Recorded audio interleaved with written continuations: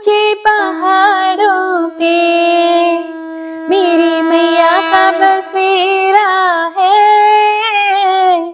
ऊंचे पहाड़ों पे मेरी मैया का बसेरा है। नीचे हम रहते, ऊपर मैया जी का डेरा है। या देवी सर्वभूतेषु मां मातृरूपेण संस्थिता, नमस्तस्यै नमस्तस्यै नमस्तस्यै नमो नमः। ओम दुम दुर्गाय नमः। हे प्रिय भक्तों, आज नवरात्रि का चौथा दिन है और आज 5वां नवरात्रा है।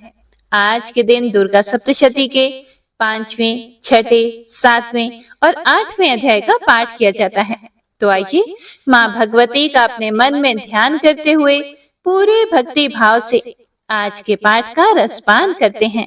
सबसे पहले सुनेंगे श्री दुर्गा कवच। हे प्रिय भक्तों, सप्तशती से पहले दुर्गा कवच का पाठ इसलिए किया जाता है क्योंकि इसे देवी की रक्षात्मक शक्ति या सुरक्षा कवच माना जाता है, जो पाठ के दौरान साधक को और उसके आसपास के वातावरण को सुरक्षित करता है। दुर्गा कवच के पाठ से शरीर के समस्त अंगों की रक्षा होती है। ऐसा माना जाता है कि यह पाठ महामारी से बचाव की शक्ति देता है और संपूर्ण आरोग्य का शुभ वरदान देता है।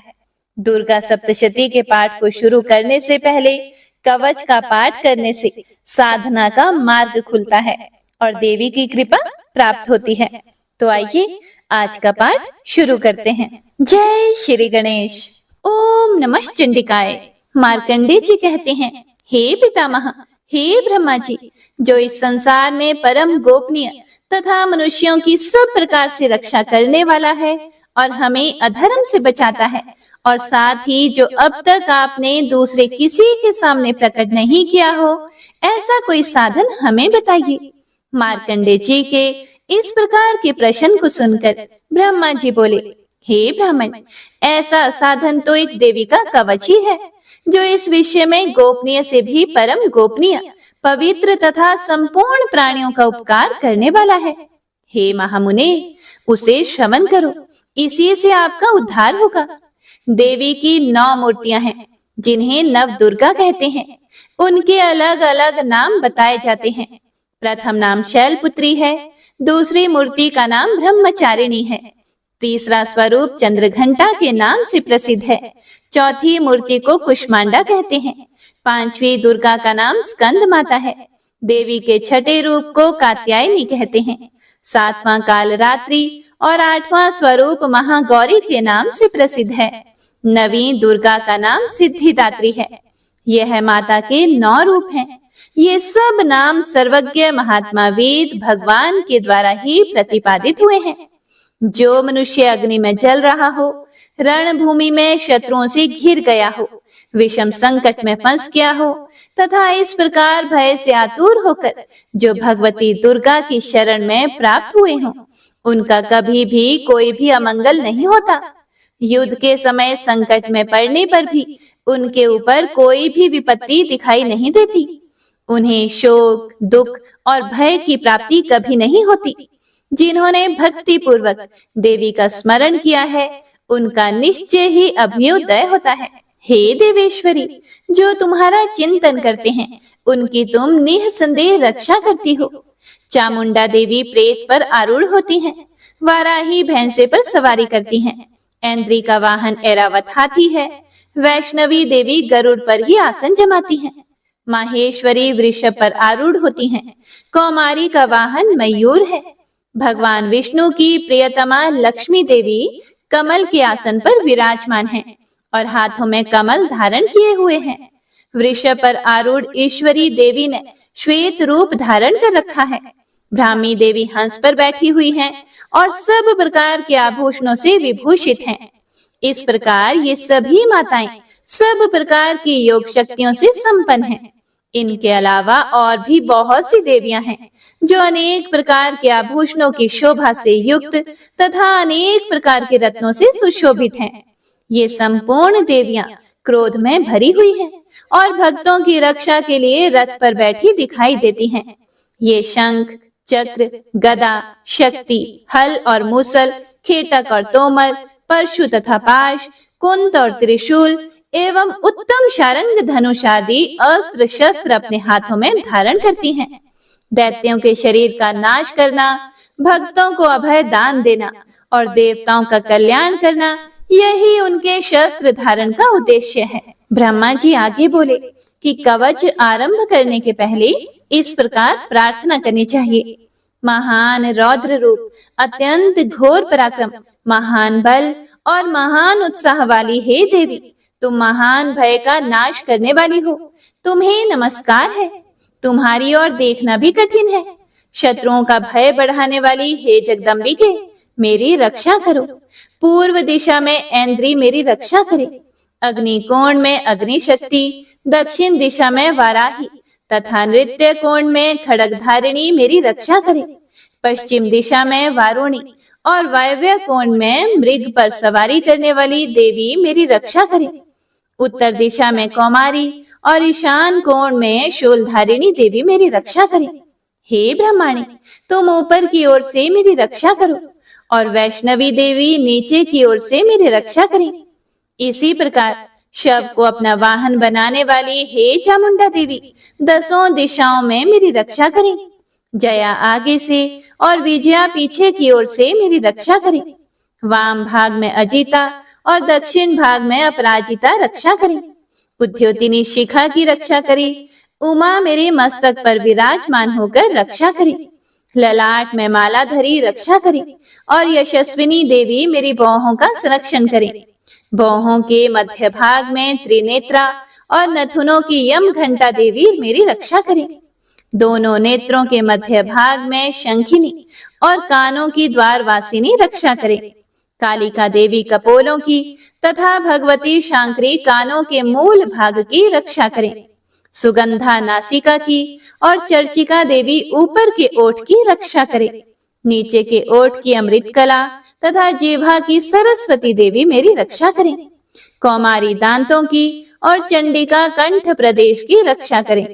चित्र घंटा गले की घाटी की और महामाया तालू में रहकर रक्षा करे। कामाक्षी ठोडी की और सर्व मंगला मेरी वाणी की रक्षा करे। भद्रकाली ग्रीवा की और धनुर्धरी मेरुदंड की रक्षा करे। कंठ के बाहरी भाग की नील ग्रीवा और कंठ की नली की नल कुबरी रक्षा करे। दोनों कंधों की खंगिनी और मेरी दोनों भुजाओं की वज्रधारिणी देवी रक्षा करे।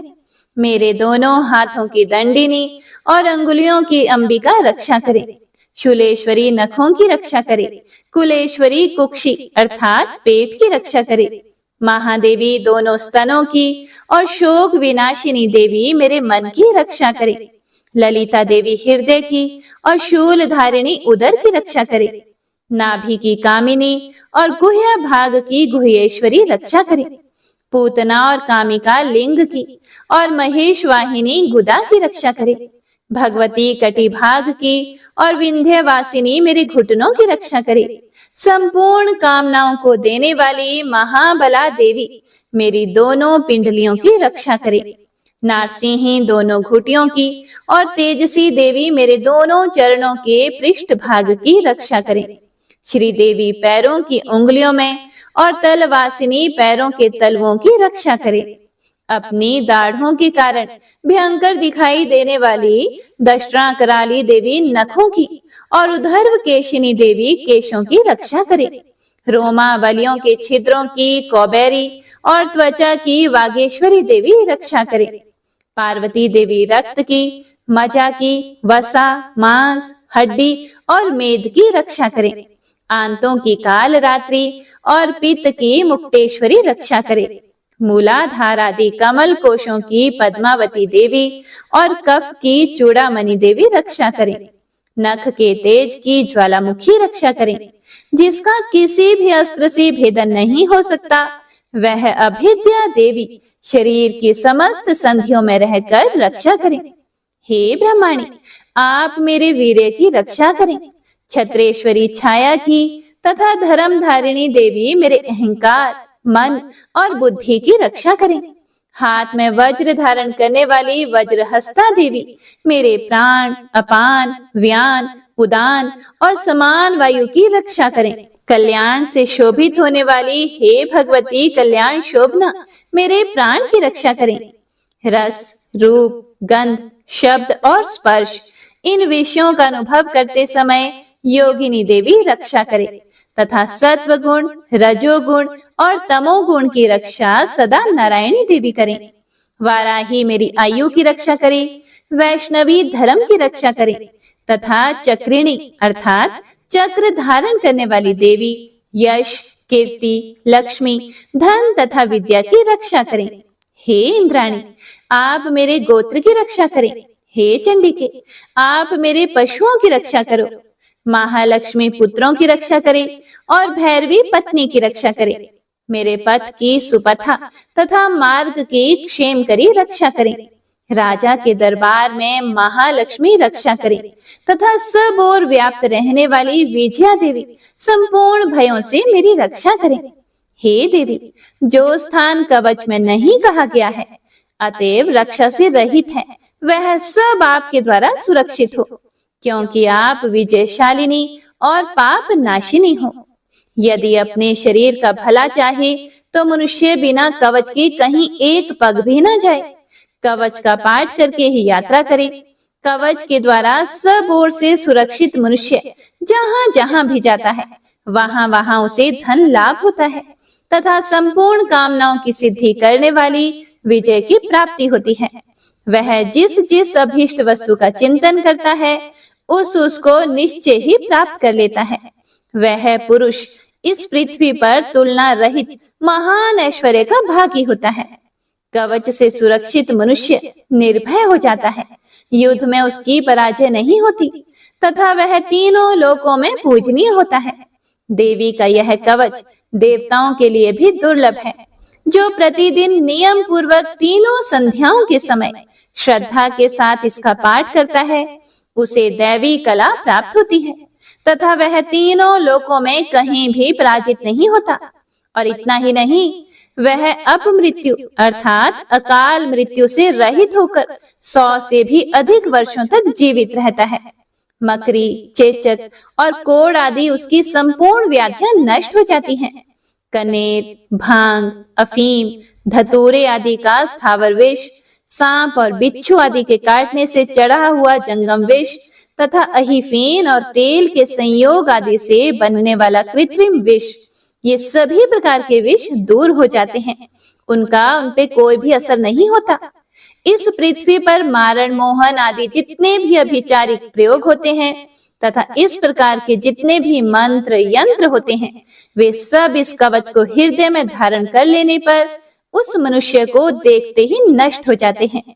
और इतना ही नहीं पृथ्वी पर विचरने वाले ग्राम देवता, आकाशचारी देव विशेष, जल के संबंध में प्रकट होने वाले गण, उपदेश मात्र से सिद्ध होने वाले निम्न कोटि के देवता, अपने जन्म के साथ प्रकट होने वाले देवता, कुल देवता, माला, डाकिनी, शाकिनी, अंतरिक्ष में विचरने वाली अत्यंत बलवती भयानक डाकिनियां, ग्रह, भूत, पिशाच, यक्ष, गंधर्व, राक्षस, ब्रह्म राक्षस, बेताल, कुष्मांड और भैरव आदि अनिष्टकारक देवता भी हृदय में कवच धारण किए रहने पर उस मनुष्य को देखते ही भाग जाते हैं। कवचधारी पुरुष को राजा से सम्मान वृद्धि प्राप्त होती है। यह कवच मनुष्य के तेज की वृद्धि करने वाला और उत्तम है। कवच का पाठ करने वाला पुरुष अपनी कीर्ति से विभूषित भूतल पर अपने सुयश के साथ साथ वृद्धि को प्राप्त होता है। जो पहले कवच का पाठ करके उसके बाद सप्तशती चंडी का पाठ करता है उसकी जब तक वन, पर्वत और काननों सहित यह पृथ्वी टिकी रहती है तब तक यहाँ पुत्र, पौत्र आदि संतान परंपरा बनी रहती है। फिर देह का अंत होने पर वह पुरुष भगवती महामाया के प्रसाद से उस नित्य परम पद को प्राप्त होता है जो देवताओं के लिए भी दुर्लभ है। वह सुंदर दिव्य रूप धारण करता है और कल्याणमय शिव के साथ आनंद का भागी होता है। जय माता दी। हे प्रिय भक्तों, तो यह था श्री दुर्गा कवच। हे प्रिय भक्तों, तो आइए अब पूरे भक्ति भाव से अर्गला स्तोत्र का पाठ करते हैं। यह स्तोत्र अत्यंत शुभकारक और लाभप्रद है। ओम चंडिका देवी को नमस्कार है। मार्कंडेय जी कहते हैं, जयंती, मंगला, काली, भद्रकाली, कपालिनी, दुर्गा, क्षमा, शिवा, धात्री, स्वाहा और स्वधा, इन नामों से प्रसिद्ध हे जगदम्बिके, तुम्हें मेरा नमस्कार हो। हे देवी चामुंडे, तुम्हारी जय हो। संपूर्ण प्राणियों की पीड़ा हरने वाली हे देवी, तुम्हारी जय हो। सभी में व्याप्त रहने वाली हे देवी, तुम्हारी जय हो। हे कालरात्रि, तुम्हें नमस्कार हो। मधु और कैटभ को मारने वाली तथा ब्रह्मा जी को वरदान देने वाली हे देवी, तुम्हें नमस्कार है। तुम मुझे रूप अर्थात आत्म स्वरूप का ज्ञान दो। जय अर्थात मोह पर विजय दो। यश अर्थात मोह, विजय और ज्ञान प्राप्ति रूप यश दो। और काम, क्रोध आदि शत्रुओं का नाश करो। महिषासुर का नाश करने वाली तथा भक्तों को सुख देने वाली हे देवी, तुम्हें नमस्कार है। तुम रूप दो, जय दो, यश दो और काम, क्रोध आदि शत्रुओं का नाश करो। रक्त बीज का वध और चंड मुंड का विनाश करने वाली हे देवी, तुम रूप दो, जय दो, यश दो और काम, क्रोध आदि शत्रुओं का नाश करो। शुंभ और निशुंभ तथा धूम्रलोचन का मर्दन करने वाली हे देवी, तुम रूप दो, जय दो, यश दो और काम, क्रोध आदि शत्रुओं का नाश करो। सबके द्वारा वंदित युगल चरणों वाली तथा संपूर्ण सौभाग्य प्रदान करने वाली हे देवी, तुम रूप दो, जय दो, यश दो और काम, क्रोध आदि शत्रुओं का नाश करो। हे देवी, तुम्हारे रूप और चरित्र अचिंत्य है। तुम समस्त शत्रुओं का नाश करने वाली हो। तुम रूप दो, जय दो, यश दो और काम, क्रोध आदि शत्रुओं का नाश करो। पापों को दूर करने वाली हे चंडिके, जो भक्ति पूर्वक तुम्हारे चरणों में सर्वदा मस्तक झुकाते हैं, उन्हें रूप दो, जय दो, यश दो और काम, क्रोध आदि शत्रुओं का नाश करो। रोगों का नाश करने वाली हे चंडिके, जो भक्ति पूर्वक तुम्हारी स्तुति करते हैं, उन्हें रूप दो, जय दो, यश दो और काम, क्रोध आदि शत्रुओं का नाश करो। हे चंडिके, इस संसार में जो भी भक्ति पूर्वक तुम्हारी पूजा करते हैं, उन्हें रूप दो, जय दो, यश दो और काम, क्रोध आदि शत्रुओं का नाश करो। मुझे सौभाग्य और आरोग्य दो, परम सुख दो। रूप दो, जय दो, यश दो और काम, क्रोध आदि शत्रुओं का नाश करो। जो मुझसे द्वेष करते हो, उनका नाश और मेरे बल की वृद्धि करो। रूप दो, जय दो, यश दो और काम, क्रोध आदि शत्रुओं का नाश करो। हे देवी, मेरा कल्याण करो। मुझे उत्तम संपत्ति प्रदान करो। रूप दो, जय दो, यश दो और काम, क्रोध आदि शत्रुओं का नाश करो। हे अंबिके, देवता और असुर दोनों ही अपने माथे के मुकुट की मणियों को तुम्हारे चरणों पर घिसते हैं तथा तुम रूप दो, जय दो, यश दो और काम, क्रोध आदि शत्रुओं का नाश करो। तुम अपने भक्त जन को विद्वान, यशस्वी और लक्ष्मीवान बनाओ तथा रूप दो, जय दो, यश दो और काम, क्रोध आदि शत्रुओं का नाश करो। प्रचंड दैत्यों के दर्प का दलन करने वाली हे चंडिके, मुझे शरणागत को रूप दो, जय दो, यश दो और काम, क्रोध आदि शत्रुओं का नाश करो। चतुर्भुज ब्रह्मा जी के द्वारा प्रशंसित चार भुजाधारिणी हे परमेश्वरी, तुम रूप दो, जय दो, यश दो और काम, क्रोध आदि शत्रुओं का नाश करो। हे देवी अंबिके, भगवान विष्णु नित्य निरंतर भक्ति पूर्वक तुम्हारी स्तुति करते रहते हैं। तुम रूप दो, जय दो, यश दो और काम, क्रोध आदि शत्रुओं का नाश करो। हिमालय कन्या पार्वती के पति महादेव जी के द्वारा होने वाली हे परमेश्वरी, तुम रूप दो, जय दो, यश दो और काम, क्रोध आदि शत्रुओं का नाश करो। शचीपति इंद्र के द्वारा सद्भाव से पूजित होने वाली हे परमेश्वरी, तुम रूप दो, जय दो, यश दो और काम, क्रोध आदि शत्रुओं का नाश करो। प्रचंड भुज दंडों वाले दैत्यों का घमंड चूर करने वाली हे देवी, तुम रूप दो, जय दो, यश दो और काम क्रोध आदि शत्रुओं का नाश करो। हे देवी अंबिके, तुम अपने भक्त जनों को सदा असीम आनंद प्रदान करती हो। मुझे रूप दो, जय दो, यश दो और काम क्रोध आदि शत्रुओं का नाश करो। मन की इच्छा के अनुसार चलने वाली मनोहर पत्नी प्रदान करो, जो दुर्गम संसार से तारने वाली तथा उत्तम कुल में जन्मी हो। जो मनुष्य इस स्तोत्र का पाठ करके सप्तशती रूपी महास्तोत्र का पाठ करता है, वह सप्तशती की जप संख्या से मिलने वाले श्रेष्ठ फल को प्राप्त होता है और साथ ही वह प्रचुर संपत्ति भी प्राप्त कर लेता है। तो इसी के साथ अर्गला स्तोत्र यहीं पर समाप्त होता है। हे प्रिय भक्तों, तो आइए अब कीलक स्तोत्र का पाठ करते हैं। ओम चंडिका देवी को नमस्कार है।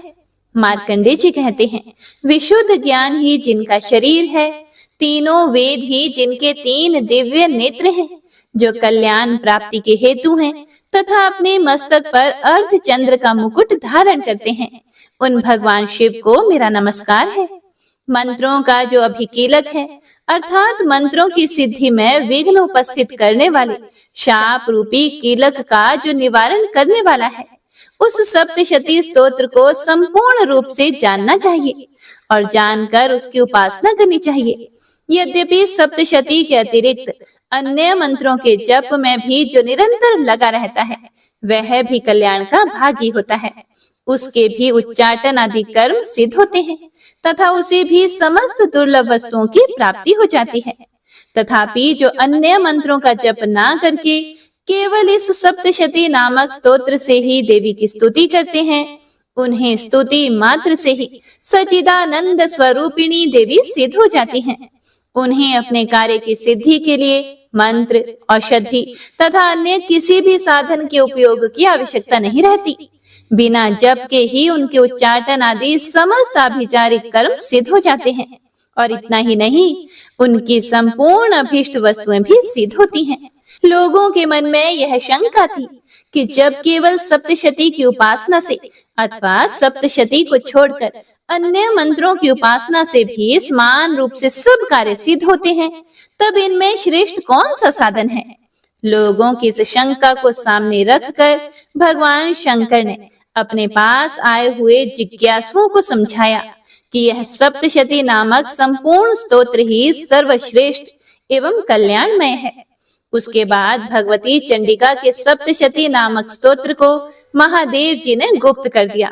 सप्तशती के पाठ से जो पुण्य प्राप्त होता है, उसकी कभी भी समाप्ति नहीं होती, किंतु अन्य मंत्रों के जप जन्य पुण्य की समाप्ति हो जाती है। इसीलिए भगवान शिव ने अन्य मंत्रों की अपेक्षा जो सप्तशती की ही श्रेष्ठता का निर्णय किया, उसे यथार्थ ही जानना चाहिए। अन्य मंत्रों का जप करने वाला पुरुष भी यदि सप्तशती के स्तोत्र और जप का अनुष्ठान कर ले, तो वह भी पूर्ण रूप से ही कल्याण का भागी होता है। इसमें तनिक भी संदेह नहीं करना चाहिए। जो साधक कृष्ण पक्ष की चतुर्दशी अथवा अष्टमी को एकाग्रचित होकर भगवती की सेवा में अपना सर्वस्व समर्पित कर देता है और फिर उसे प्रसाद रूप से ग्रहण करता है, उसी पर भगवती प्रसन्न होती हैं, अन्यथा उनकी प्रसन्नता नहीं प्राप्त होती। इस प्रकार सिद्धि के प्रतिबंधक रूप कीलक के द्वारा महादेव जी ने इस स्तोत्र को कीलित कर रखा है। जो पूर्वोक्त रीति से निष्कीलन करके इस सप्तशती स्तोत्र का प्रतिदिन स्पष्ट उच्चारण पूर्वक पाठ करता है, वह मनुष्य सिद्ध हो जाता है, वही देवी का पार्षद होता है और वही गंधर्व भी होता है। सर्वत्र विचरते रहने पर भी संसार में उसी कहीं भी भय नहीं होता। वह अपमृत्यु के वश में नहीं पड़ता तथा देह त्यागने के बाद वह मोक्ष को प्राप्त कर लेता है। इसीलिए कीलन को जानकर उसका परिहार करके ही सप्तशती का पाठ आरंभ करे। जो ऐसा नहीं करता उसका नाश हो जाता है। इसीलिए कीलक और निष्कीलन का ज्ञान प्राप्त करने पर ही यह स्तोत्र निर्दोष होता है और विद्वान पुरुष इस निर्दोष स्तोत्र का ही पाठ आरंभ करते हैं। स्त्रियों में जो कुछ भी सौभाग्य आदि दृष्टि गोचर होता है, वह सब देवी के प्रसाद का ही फल है। इसीलिए इस कल्याणमय स्तोत्र का सदा ही जप करना चाहिए। इस स्तोत्र का मंद स्वर से पाठ करने पर स्वल्प फल की प्राप्ति होती है और उच्च स्वर से पाठ करने पर पूर्ण फल की सिद्धि होती है। इसीलिए उच्च स्वर से ही इसका पाठ आरंभ करना चाहिए। जिनके प्रसाद से ऐश्वर्य, सौभाग्य, आरोग्य, संपत्ति, शत्रुनाश तथा परम मोक्ष की भी सिद्धि होती है, उस कल्याणमयी जगदम्बा की स्तुति मनुष्य क्यों नहीं करते। इति कीलक स्तोत्र संपूर्ण। हे प्रिय भक्तों, तो आइए मन में माँ भगवती का ध्यान करते हुए श्री दुर्गा सप्तशती के 5वें अध्याय का रसपान करते हैं, जिसमें देवताओं द्वारा देवी की स्तुति, चंड मुंड के मुख से अंबिका के रूप की प्रशंसा सुनकर शुंभ का उनके पास दूत भेजना और दूत का निराश लौटना, इसका वर्णन किया गया है। सबसे पहले सुनेंगे विनियोग। ओम।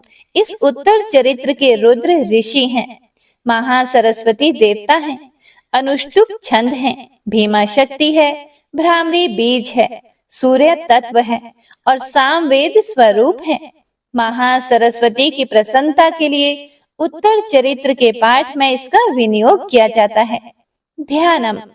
जो अपने कर कमलों में घंटा, शूल, हल, शंख, मूसल, चक्र, धनुष और बाण धारण करती हैं, शरद ऋतु के शोभा संपन्न चंद्रमा के समान जिनकी मनोहर कांति है, जो तीनों लोकों की आधारभूता और शुंभादि दैत्यों का नाश करने वाली है, तथा गौरी के शरीर से जिनका प्राकट्य हुआ है, उन महा सरस्वती देवी का मैं निरंतर भजन करती हूँ। ऋषि कहते हैं, पूर्व काल में शुंभ और निशुंभ नामक असुरों ने अपने बल के घमंड में आकर शचीपति इंद्र के हाथ से तीनों लोकों का राज्य और यज्ञ भाग छीन लिए थे। वे ही दोनों सूर्य, चंद्रमा, कुबेर, यम और वरुण के अधिकार का भी उपयोग करने लगे। वायु और अग्नि का कार्य भी वे ही करने लगे। उन दोनों ने सब देवताओं को अपमानित, राज्य भ्रष्ट, पराजित तथा अधिकारहीन करके स्वर्ग से निकाल दिया। उन दोनों महान असुरों से तिरस्कृत देवताओं ने अपराजिता देवी का स्मरण किया और सोचा कि जगदम्बा ने हम लोगों को वर दिया था कि आपत्ति काल में स्मरण करने पर मैं तुम्हारी सब आपत्तियों का तत्काल ही नाश कर दूंगी। ऐसा विचार करके देवता गिरिराज हिमालय पर गए और वहां भगवती विष्णु माया की स्तुति करने लगे। देवता बोले, हमारा देवी को नमस्कार है, महादेवी शिवा को सर्वदा हमारा नमस्कार है, प्रकृति एवं भद्रा को हमारा प्रणाम है। हम लोग नियम पूर्वक जगदम्बा को नमस्कार करते हैं। रौद्रा को नमस्कार है, नित्या, गौरी एवं धात्री को बारंबार हमारा नमस्कार है। ज्योत्सनामयी चंद्र रूपिणी एवं सुख स्वरूपा देवी को सतत प्रणाम है। शरणागतों का कल्याण करने वाली वृद्धि एवं सिद्धि रूपा देवी को हम बारंबार नमस्कार करते हैं। नृति अर्थात राक्षसों की लक्ष्मी, राजाओं की लक्ष्मी तथा शिव पत्नी स्वरूपा आप जगदम्बा को बारंबार नमस्कार है। दुर्गा, दुर्गपारा, सारा, सर्वकारिणी, ख्याति, कृष्णा और धूम्रा देवी को सर्वदा नमस्कार है। अत्यंत सौम्य तथा अत्यंत रौद्र रूपा देवी को हम नमस्कार करते हैं। उन्हें हमारा बारंबार प्रणाम है। जगत के आधारभूता कृति देवी को बारंबार नमस्कार है। जो देवी सब प्राणियों में विष्णु माया के नाम से कही जाती है, उनको नमस्कार, उनको नमस्कार, उनको बारंबार नमस्कार है। जो देवी सब प्राणियों में चेतना कहलाती है, उनको नमस्कार, उनको नमस्कार, उनको बारंबार नमस्कार है। जो देवी सब प्राणियों में बुद्धि रूप से स्थित है, उनको हमारा बारंबार नमस्कार है। जो देवी सब प्राणियों में निद्रा रूप से स्थित है, उनको बारंबार नमस्कार। जो देवी सब प्राणियों में क्षुधा रूप से स्थित है, उनको नमस्कार, उनको बारंबार नमस्कार है। जो देवी सब प्राणियों में छाया रूप से स्थित है, उनको नमस्कार, उनको बारंबार नमस्कार है। जो देवी सब प्राणियों में शक्ति रूप से स्थित है, उनको नमस्कार, उनको बारंबार नमस्कार है। जो देवी सब प्राणियों में तृष्णा रूप से स्थित है, उनको नमस्कार, उनको बारंबार नमस्कार है। जो देवी सब प्राणियों में शांति अर्थात क्षमा रूप से स्थित है, उनको नमस्कार, उनको नमस्कार, उनको बारंबार नमस्कार है। जो देवी सब प्राणियों में जाति रूप से स्थित है, उनको हमारा बारंबार नमस्कार है। जो देवी सब प्राणियों में लज्जा रूप से स्थित है, उनको नमस्कार। जो देवी सब प्राणियों में शांति रूप से स्थित है, उनको हमारा बारंबार नमस्कार। जो देवी सब प्राणियों में श्रद्धा रूप से स्थित है, उनको नमस्कार, उनको हमारा बारंबार नमस्कार हो। जो देवी सब प्राणियों में कांति रूप से स्थित है, उनको नमस्कार, उनको हमारा बारंबार नमस्कार है। जो देवी सब प्राणियों में लक्ष्मी रूप से स्थित है, उनको हमारा बारंबार नमस्कार। जो देवी सब प्राणियों में वृत्ति रूप से स्थित है, उनको नमस्कार। जो देवी सब प्राणियों में स्मृति रूप से स्थित है, उनको नमस्कार, उनको बारंबार नमस्कार। जो देवी सब प्राणियों में दया रूप से स्थित है, उनको हमारा कोटि कोटि नमस्कार। जो देवी सब प्राणियों में दृष्टि रूप से स्थित है, उनको हमारा नमस्कार है। जो देवी सब प्राणियों में माता रूप से स्थित है, उनको नमस्कार, उनको नमस्कार, उनको बारंबार नमस्कार है। जो देवी सब प्राणियों में भ्रांति रूप से स्थित है, उनको नमस्कार, उनको नमस्कार, उनको बारंबार नमस्कार है। जो जीवों के इंद्रिय वर्ग की अधिष्ठात्री देवी एवं सब प्राणियों में सदा व्याप्त रहने वाली है, उन व्याप्ति देवी को बारंबार नमस्कार है। जो देवी चैतन्य रूप से इस संपूर्ण जगत को व्याप्त करके स्थित है, उनको नमस्कार, उनको नमस्कार, उनको बारंबार नमस्कार है। पूर्व काल में अपने अभीष्ट की प्राप्ति होने से देवताओं ने जिनकी स्तुति की तथा देवराज इंद्र ने बहुत दिनों तक जिनका सेवन किया, वह कल्याण की साधन भूता ईश्वरी हमारा कल्याण और मंगल करे तथा सारी आपत्तियों का नाश कर डाले। उदंड दैत्यों से सताए हुए हम सभी देवता जिन परमेश्वरी को इस समय नमस्कार करते हैं तथा जो भक्ति से विनम्र पुरुषों द्वारा स्मरण किए जाने पर तत्काल ही संपूर्ण विपत्तियों का नाश कर देती है, वे जगदम्बा हमारा संकट दूर करें। ऋषि कहते हैं कि हे राजन, इस प्रकार जब देवता स्तुति कर रहे थे, उस समय देवी पार्वती गंगा जी के जल में स्नान करने के लिए वहां आई हुई थी। उन सुंदर बोहों वाली भगवती ने देवताओं से पूछा, आप लोग यहाँ किसकी स्तुति करते हैं? तब उन्हीं के शरीर कोश से प्रकट हुई शिवा देवी बोली, शुंभ दैत्य से तिरस्कृत और युद्ध में निशुंभ से पराजित होकर यहाँ इकट्ठे हुए ये समस्त देवता यह मेरी ही स्तुति कर रहे हैं। पार्वती जी के शरीर कोश से अंबिका का प्रादुर्भाव हुआ था, इसीलिए वे समस्त लोकों में कौशिकी कही जाती हैं। कौशिकी के प्रकट होने के बाद पार्वती देवी का शरीर काले रंग का हो गया, इसीलिए वे हिमालय पर रहने वाली कालिका देवी के नाम से विख्यात हुई। उसके बाद शुंभ निशुंभ के भृत्य चंड मुंड वहां आए और उन्होंने परम मनोहर रूप धारण करने वाली अंबिका देवी को देखा। फिर वे शुंभ के पास जाकर बोले कि हे महाराज, एक अत्यंत मनोहर स्त्री है जो अपनी दिव्य कांति से हिमालय को प्रकाशित कर रही है। वैसा उत्तम रूप कहीं किसी ने भी नहीं देखा होगा। हे असुरेश्वर, पता लगाइए वह देवी कौन है और उसे ले लीजिए। स्त्रियों में तो वह रत्न है, उसका प्रत्येक अंग बहुत ही सुंदर है तथा वह अपने श्रीअंगों की प्रभा से संपूर्ण दिशाओं में प्रकाश फैला रही है। हे दैत्यराज, अभी वह हिमालय पर ही मौजूद है, आप उसे देख सकते हैं। हे प्रभु, तीनों लोकों में मणि, हाथी और घोड़े आदि जितने भी रत्न हैं, वे सब इस समय आपके घर में शोभा पाते हैं। हाथियों में रत्नभूत ऐरावत, यह पारिजात का वृक्ष और यह उच्च श्रवा घोड़ा, यह सब आपने इंद्र से ले लिया है। हंसों से जुता हुआ यह विमान भी आपके आंगन में शोभा पाता है। यह रत्न भूत अद्भुत विमान जो पहले ब्रह्मा जी के पास था, अब आपके पास यहाँ लाया गया है। यह महापद्म नामक निधि आप कुबेर से छीन लाए हैं।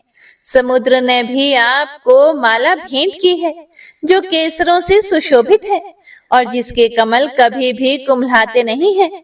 सुवर्ण की वर्षा करने वाला वरुण का छत्र भी आपके घर में शोभा पाता है तथा यह श्रेष्ठ रथ जो पहले प्रजापति के अधिकार में था, अब आपके पास मौजूद है। हे दैत्येश्वर, मृत्यु की उत्क्रांतिता नाम वाली शक्ति भी आपने छीन ली है तथा वरुण का पाश और समुद्र में होने वाले सब प्रकार के रत्न आपके भाई निशुंभ के अधिकार में है। अग्नि ने भी स्वतः शुद्ध किए हुए 2 वस्त्र आपकी सेवा में अर्पित किए हैं। हे दैत्यराज, इस प्रकार सभी रत्न आपने इकट्ठे कर लिए हैं, परंतु जो यह स्त्रियों में रत्न रूप कल्याणमयी देवी है, इसे आप क्यों नहीं अपने अधिकार में कर लेते? ऋषि कहते हैं, चंड मुंड का यह वचन सुनकर शुंभ ने महादैत्य सुग्रीव को दूत बनाकर देवी के पास भेजा और उनसे कहा, तुम मेरी आज्ञा से उसके सामने ये बातें कहना और ऐसा उपाय करना जिससे प्रसन्न होकर वह शीघ्र ही यहाँ आ जाए। वह दूत पर्वत के अत्यंत रमणीय प्रदेश में जहाँ देवी मौजूद थी वहां पर गया और मधुर वाणी में कोमल वचन बोला। दूत बोला, हे देवी, दैत्यराज शुंभ इस समय तीनों लोकों के परमेश्वर हैं। मैं उन्हीं का भेजा हुआ दूत हूँ और यहाँ आपके ही पास आया हूँ। उनकी आज्ञा सदा सब देवता एक स्वर से मानते हैं, कोई भी उसका उल्लंघन नहीं कर सकता। वे संपूर्ण देवताओं को परास्त कर चुके हैं। उन्होंने आपके लिए जो संदेश दिया है उसे सुनो। संपूर्ण त्रिलोकी मेरे अधिकार में है, देवता भी मेरी आज्ञा के अधीन चलते हैं। संपूर्ण यज्ञों के भागों को मैं ही पृथक पृथक भोगता हूँ। तीनों लोकों में जितने भी श्रेष्ठ रत्न हैं, वे सब मेरे अधिकार में है। देवराज इंद्र का वाहन ऐरावत जो हाथियों में रत्न के समान है, उसे मैंने छीन लिया है। क्षीर सागर का मंथन करने से जो अश्व रत्न उजय श्रवा प्रकट हुआ था, उसे देवताओं ने मेरे पैरों पर पड़कर समर्पित किया है। हे सुंदरी, उनके सिवा और भी जितने रत्न भूत पदार्थ देवताओं, गंधर्वों और नागों के पास थे, वे सब मेरे ही पास आ गए हैं। देवी, हम लोग आपको संसार की स्त्रियों में रत्न मानते हैं, इसीलिए तुम हमारे पास आ जाओ, क्योंकि रत्नों का उपभोग करने वाले हम ही हैं। चंचल कटाक्षों वाली हे सुंदरी, तुम मेरी या मेरे भाई महापराक्रमी निशुंभ की सेवा में आ जाओ, क्योंकि तुम रत्न स्वरूपा हो। मेरा वरण करने से तुम्हें तुलना रहित महान ऐश्वर्य की प्राप्ति होगी। अपनी बुद्धि से यह विचार करके तुम मेरी पत्नी बन जाओ। हे प्रिय भक्तों, ऋषि आगे कहते हैं कि दूत के ऐसे वचन कहने पर कल्याणमयी भगवती दुर्गा देवी जो इस जगत को धारण करती है, मन ही मन गंभीर भाव से मुस्कुराई और इस प्रकार बोली। देवी ने कहा, हे दूत, तुमने सत्य कहा है, इसमें बिल्कुल भी संशय नहीं है। शुंभ तीनों लोकों का स्वामी है और निशुंभ भी उसी के समान पराक्रमी है, लेकिन इस विषय में मैंने जो प्रतिज्ञा कर ली है उसे मिथ्या कैसे करूं? मैंने अपनी अल्प बुद्धि के कारण पहले से जो प्रतिज्ञा कर रखी है, तुम उसे सुनो।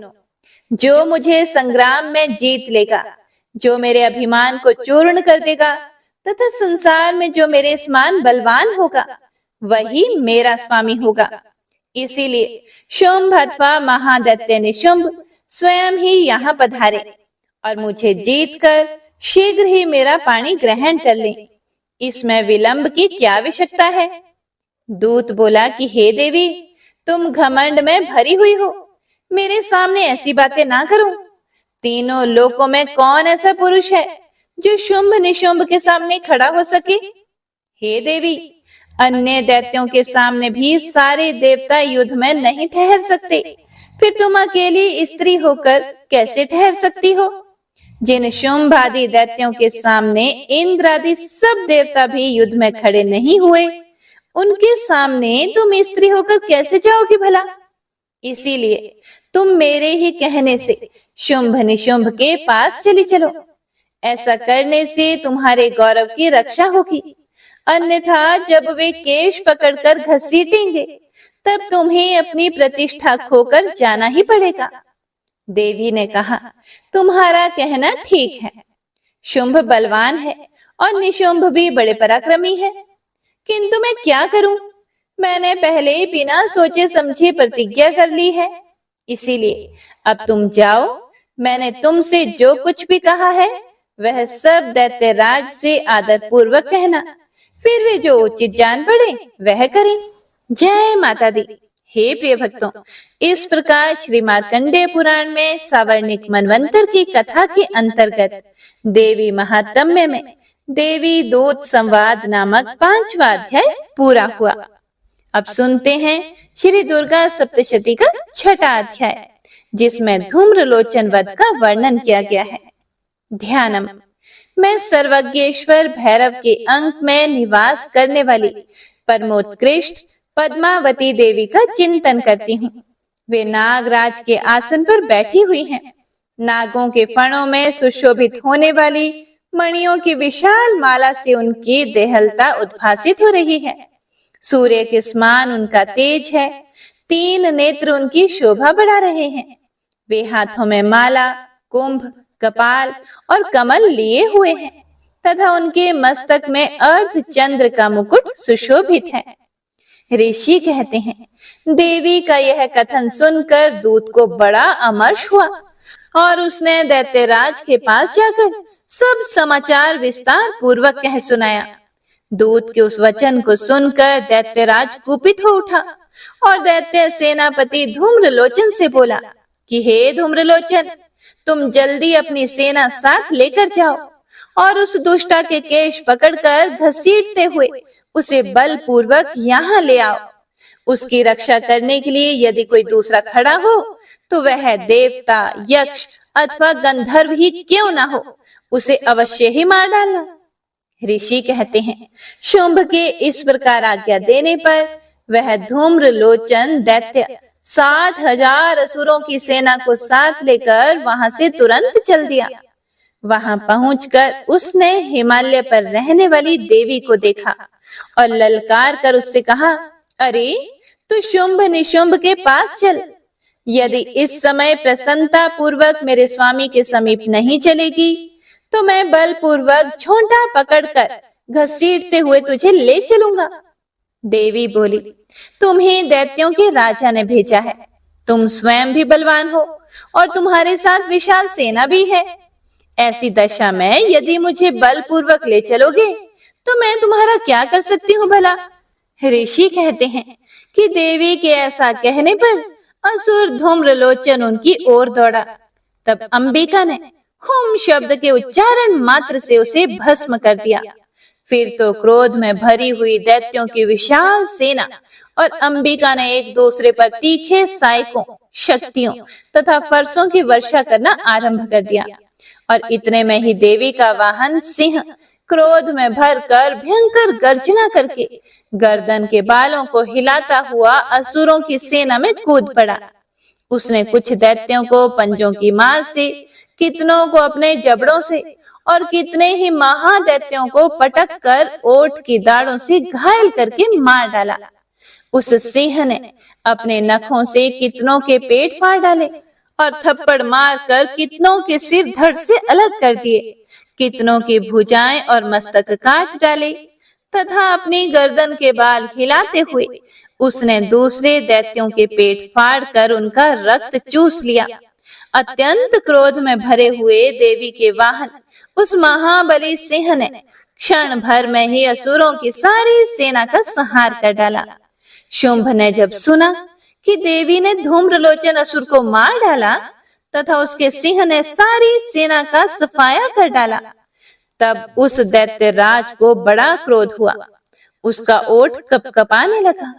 उसने चंड और मुंड नामक दो महादैत्यों को आज्ञा दी कि हे चंड और हे मुंड, तुम लोग बहुत बड़ी सेना लेकर वहां जाओ। उस देवी के झोंटे पकड़कर अथवा उसे बांधकर शीघ्र यहाँ लेकर आओ।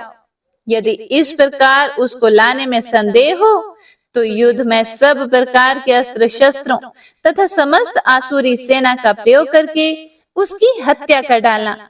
उस दुष्टा की हत्या होने तथा सिंह के भी मारे जाने पर उस अंबिका को बांधकर साथ लेकर शीघ्र ही लौट आना। जय माता दी।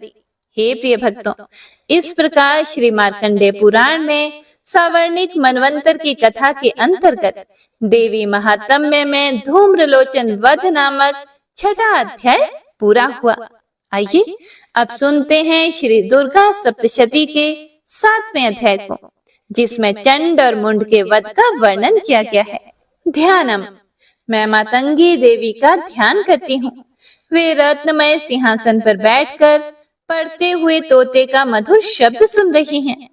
उनके शरीर का वर्ण श्याम है।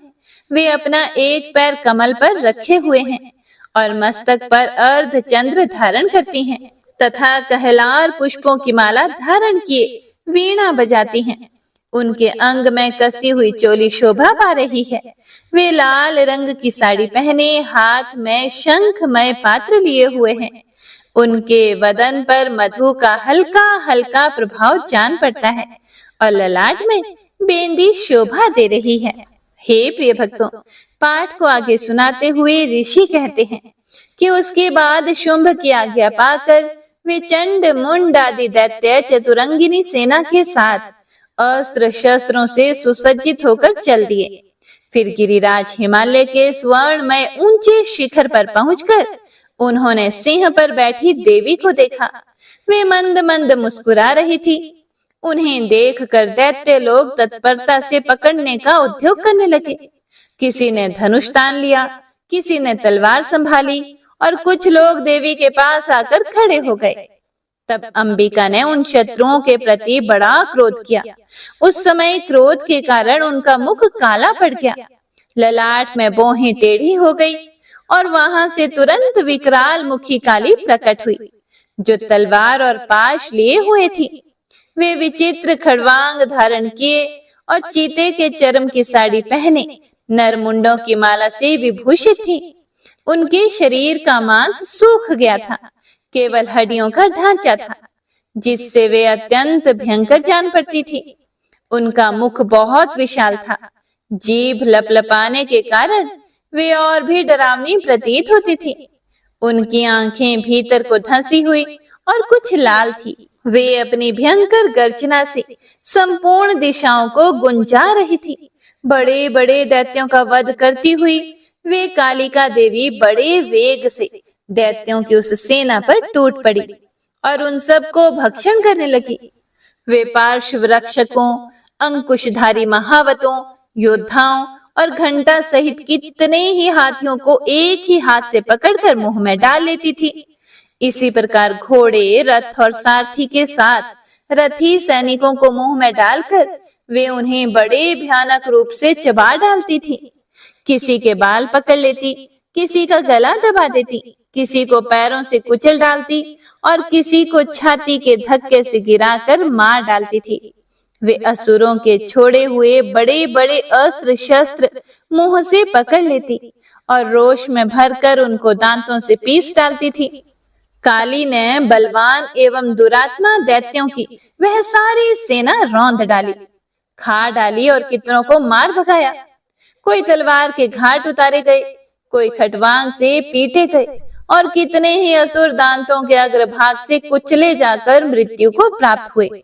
हे प्रिय भक्तों, इस प्रकार देवी ने असुरों की उस सारी सेना को क्षण भर में मार गिराया।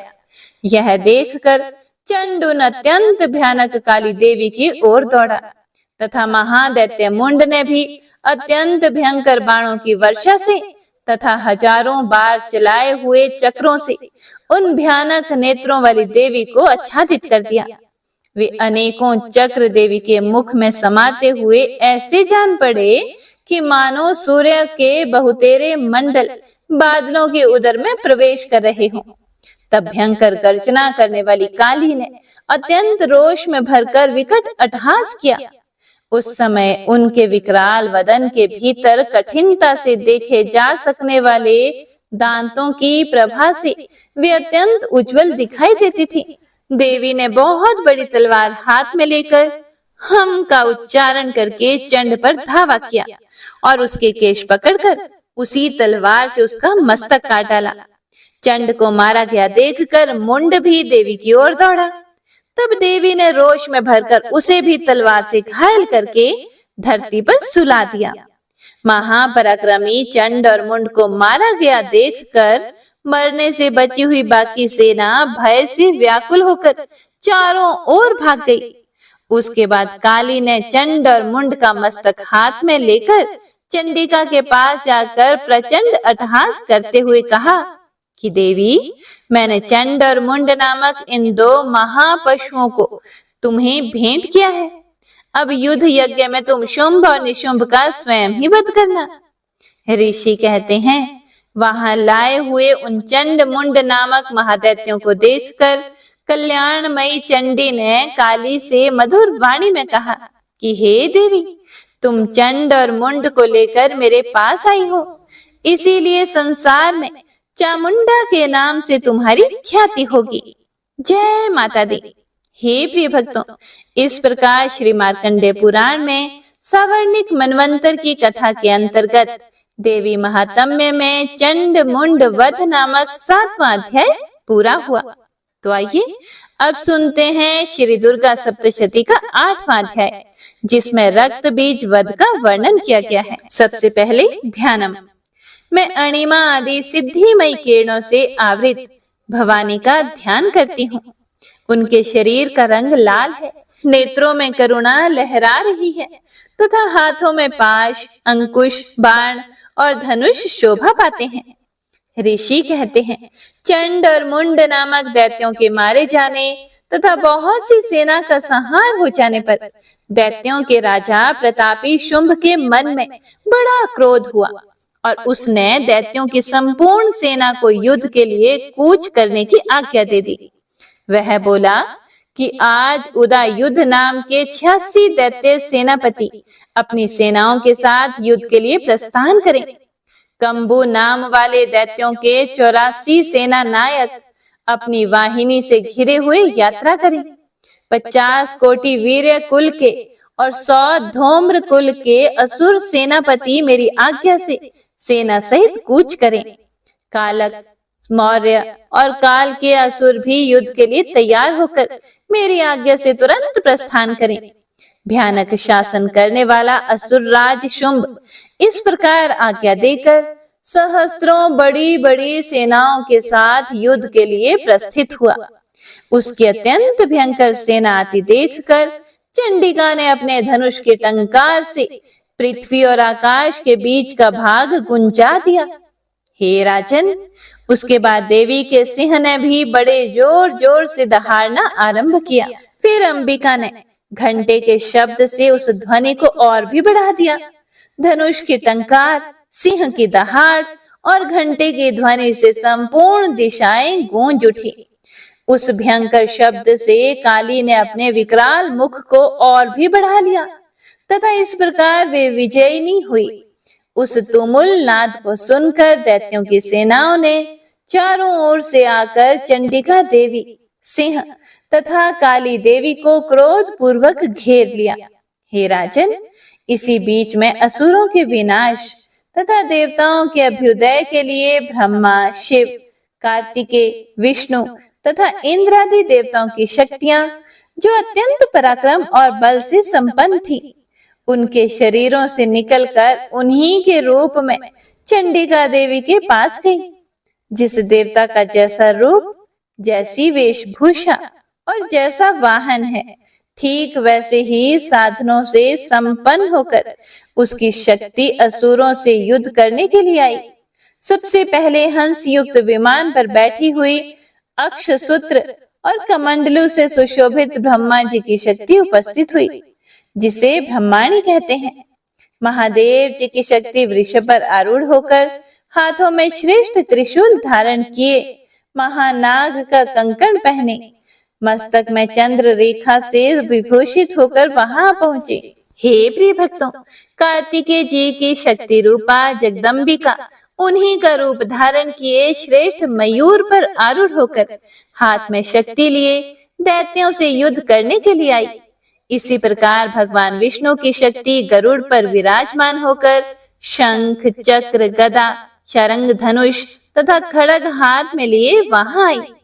अनुपम यज्ञ वाराह का रूप धारण करने वाले श्री हरि की जो शक्ति है, वह भी वाराह शरीर धारण करके वहां उपस्थित हुई। नरसिंह शक्ति भी नृसिंह के समान शरीर धारण करके वहां आई। उसकी गर्दन के बालों के झटके से आकाश के तारे बिखरे पड़ते थे। इसी प्रकार इंद्र की शक्ति वज्र हाथ में लिए गजराज रावत पर बैठ कर आई। उसके भी सहस्त्र नेत्र थे। इंद्र का जैसा रूप है वैसा ही उसका भी था। उसके बाद उन देव शक्तियों से घिरे हुए महादेव जी ने चंडिका से कहा कि मेरी प्रसन्नता के लिए तुम शीघ्र ही इन असुरों का संहार करो। तब देवी के शरीर से अत्यंत भयानक और परम उग्र चंडिका शक्ति प्रकट हुई, जो सैकड़ों गिदड़ियों की भांति आवाज करने वाली थी।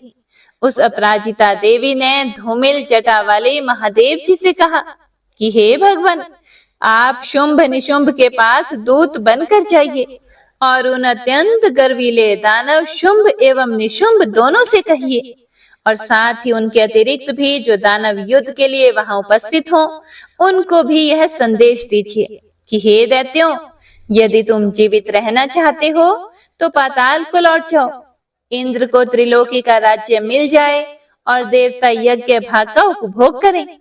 यदि बल के घमंड में आकर तुम युद्ध की अभिलाषा रखते हो तो आ जाओ। मेरी योगिनियां तुम्हारे कच्चे मांस से तृप्त हो।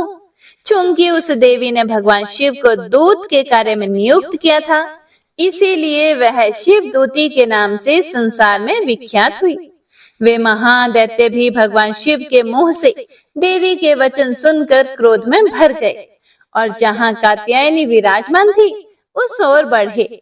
उसके बाद वे दैत्य अमर्ष में भरकर पहले ही देवी के ऊपर बाण, शक्ति और रिष्टि आदि अस्त्रों की वृष्टि करने लगे। तब देवी ने भी खेल ही खेल में धनुष की टंकार की और उससे छोड़े हुए बड़े बड़े बाणों द्वारा दैत्यों के चलाए हुए बाण, शूल, शक्ति और फरसों को काट डाला। फिर काली उनके आगे होकर शत्रुओं को शूल के प्रभाव से विदीर्ण करने लगी और खटवांग से उनका कुचम्बर निकालती हुई रणभूमि में विचरने लगी। ब्राह्मणी भी जिस जिस ओर दौड़ती उसी ओर अपने कमंडलू का जल छिड़क कर शत्रुओं के ओज और पराक्रम को नष्ट कर देती थी। माहेश्वरी ने त्रिशूल से तथा वैष्णवी ने चक्र से और अत्यंत क्रोध में भरी हुई कुमार कार्तिकेय की शक्ति ने शक्ति से दैत्यों का संहार आरंभ किया। इंद्र शक्ति के वज्र प्रहार से विदीर्ण होकर सैकड़ों दैत्य दानव रक्त की धारा बहाते हुए पृथ्वी पर सो गए। वाराही शक्ति ने कितनों को अपनी थुथुन की मार से नष्ट किया, दाढ़ों के अग्रभाग से कितनों की छाती छेद डाली तथा कितने ही दैत्य उसके चक्र की चोट से विदीर्ण होकर गिर पड़े। नरसिंह भी दूसरे महादैत्यों को अपने नखों से विदीर्ण करके खाती और सिंहनाद से दिशाओं एवं आकाश को गुंजाती हुई युद्ध क्षेत्र में विचरने लगी। कितने ही असुर शिवदूती के प्रचंड अट्टहास से अत्यंत भयभीत होकर पृथ्वी पर गिर पड़े और गिरने पर उन्हें शिवदूती ने उस समय अपना ग्रास बना लिया। इस प्रकार क्रोध में भरे हुए मातृगणों को अनेक प्रकार के उपायों से बड़े बड़े असुरों का मर्दन करते देखकर दैत्य सैनिक भाग खड़े हुए। मातृगणों से पीड़ित दैत्यों को युद्ध से भागते देखकर रक्त बीज नामक महादैत्य क्रोध में भरकर युद्ध करने के लिए आया। उसके शरीर से जब रक्त की बूंद पृथ्वी पर गिरती, तब उसी के समान शक्तिशाली एक दूसरा महादैत्य पृथ्वी पर पैदा हो जाता। महासुर रक्त बीज हाथ में गदा लेकर इंद्र शक्ति के साथ युद्ध करने लगा। तब ऐन्द्री ने अपने वज्र से रक्त बीज को मारा। वज्र से घायल होने पर उसके शरीर से बहुत सा रक्त चूने लगा और उससे उसी के समान रूप तथा पराक्रम वाले योद्धा उत्पन्न होने लगे। उसके शरीर से रक्त की जितनी बूंदें गिरी उतने ही पुरुष उत्पन्न हो गए। वे सब रक्त बीज के समान ही वीरवान, बलवान तथा पराक्रमी थे। वे रक्त से उत्पन्न होने वाले पुरुष भी अत्यंत भयंकर एवं अस्त्र शस्त्रों का प्रहार करते हुए वहां मात्र गणों के साथ घोर युद्ध करने लगे। पुनः वज्र के प्रहार से जब उसका मस्तक घायल हुआ तब रक्त बहने लगा और उससे हजारों पुरुष उत्पन्न हो गए। वैष्णवी ने युद्ध में रक्त बीज पर चक्र का प्रहार किया तथा ऐन्द्री ने उस दैत्य सेनापति को गदा से चोट पहुंचाई। वैष्णवी के चक्र से घायल होने पर उसके शरीर से जो रक्त बहा और उससे जो उसी के बराबर आकार वाले सहस्त्रों महादैत्य प्रकट हुए, उनके द्वारा संपूर्ण जगत व्याप्त हो गया। कौमारी ने शक्ति से, वराही ने खड़ग से और माहेश्वरी ने त्रिशूल से महादैत्य रक्त बीज को घायल किया। क्रोध में भरे हुए उस महादैत्य रक्त बीज ने भी गदा से सभी मातृशक्तियों पर पृथक पृथक प्रहार किया। शक्ति और शूल आदि से अनेक बार घायल होने पर जो उसके शरीर से रक्त की धारा पृथ्वी पर गिरी, उससे भी निश्चय ही सैकड़ों असुर उत्पन्न हुए। इस प्रकार उस महादैत्य के रक्त से प्रकट हुए असुरों द्वारा संपूर्ण जगत व्याप्त हो गया। इससे उन देवताओं को बड़ा भय हुआ। देवताओं को दास देखकर चंडिका ने काली से शीघ्रता पूर्वक कहा कि हे चामुंडे, तुम अपना मुख और भी फैलाओ तथा मेरे शस्त्रपात से गिरने वाले रक्त बिंदुओं और उनसे उत्पन्न होने वाले महादैत्यों को तुम अपने इस उतावले मुख से खा जाओ। इस प्रकार रक्त से उत्पन्न होने वाले महादैत्यों का भक्षण करती हुई तुम रण में विचरती रहो। ऐसा करने से उस दैत्य का सारा रक्त क्षीण हो जाने पर वह स्वयं भी नष्ट हो जाएगा। उन भयंकर दैत्यों को जब तुम खा जाओगी तब दूसरे नए दैत्य उत्पन्न नहीं हो सकेंगे। काली से ऐसा कहकर चंडिका देवी ने शूल से रक्त बीज को मारा और काली ने अपने मुख में उसका रक्त ले लिया तथा उससे वहां चंडिका पर गदा से प्रहार किया। लेकिन उस गदापात ने देवी को तनिक भी वेदना नहीं पहुंचाई। रक्त बीज के घायल शरीर से बहुत सा रक्त गिरा, किंतु जैसे ही वह गिरा वैसे ही चामुंडा ने उसे अपने मुख में ले लिया। रक्त गिरने से काली के मुख में जो महादैत्य उत्पन्न हुआ, उन्हें भी वह चट कर गई और उसने रक्त बीज का रक्त भी पी लिया। उसके बाद देवी ने रक्त बीज को, जिसका रक्त चामुंडा ने पी लिया था, वज्र, बाण, खड़ग तथा रिष्टि आदि से मार डाला। हे राजन, इस प्रकार शस्त्रों के समुदाय से आहत एवं रक्तहीन हुआ महादैत्य रक्त बीज पृथ्वी पर गिर पड़ा। हे राजन, इसमें देवताओं को अनुपम हर्ष की प्राप्ति हुई और मातृगण उन असुरों के रक्तपान के मद से तत्पर सा होकर नृत्य करने लगे। जय माता दी। हे प्रिय भक्तों, इस प्रकार श्री मार्कंडेय पुराण में सावर्णिक मनवंतर की कथा के अंतर्गत देवी महात्म्य में रक्त बीज वध नामक 8वां अध्याय पूरा हुआ। तो सभी भक्तजन एक बार प्रेम से बोलिए दुर्गा मैया की जय। जय मां भवानी।